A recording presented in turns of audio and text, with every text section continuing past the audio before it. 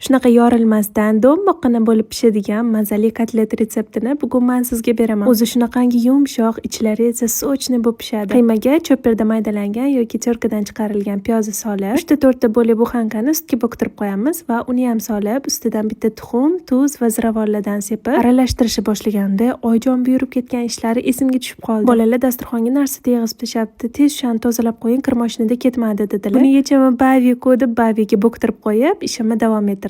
Kotletlarni yaxshilab urib pishitib olib, ozgina yog'da qovurib olamiz. Orqa oldi qovurilgandan keyin ularni hammasini bitta qozonga qo'yib, ustidan 200-250 mg suv qo'yib dimlab qo'yamiz. Qarabsizki, 25-30 daqiqada kotletlarimiz ham tayyor bo'ladi. Oldiga garnir sifatida men pyure qildim. Qaynatib olgan kartoshkaga sariyog', tuz va sutdan solib, ularni pyure holiga keltirib oldim. Aytgancha baviga bo'ktirib qo'ygan kiyimlarimni bitta chayib quritib oldim. Qaranglar, qanaqa oppoqqina bo'ldi. 1-sentyabr yaqin bolalarimiz dog'larga faqat bavi kurasha oladi. Siz ham uyingizga bitta bavi olib qo'ymasangiz bo'lmaydi.